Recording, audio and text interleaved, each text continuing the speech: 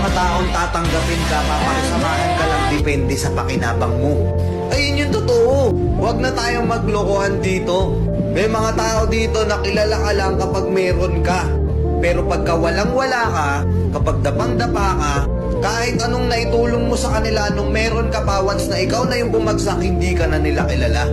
Diba? Sigurado naman isang beses sa buhay mo may na-encounter ka na ng gantong tao. Ang kakapal ng mukha.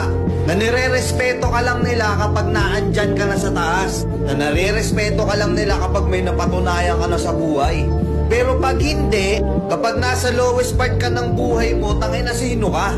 Ang dami niyang reasons. Nakadikit siya sa mga taong mas may pakinabang sa kanya. Diba? Tapos ngayon, eto, okay ka na. Mag-isa mong inayos yung sarili mo. Inilayo mo yung sarili mo sa kanila. Kasi wala din naman eh. Ang dumating yung time na hindi mo na kaya, wala ka ng ibang malapitan.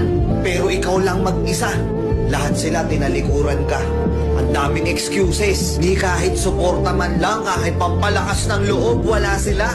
Tapos ngayon, okay ka na, nakakatayo ka na ulit, andyan na naman sila.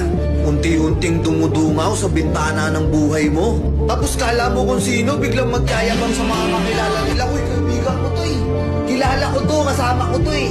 Matagal ko nang kakilala yan. Tangina, kala mo, bakterya ko.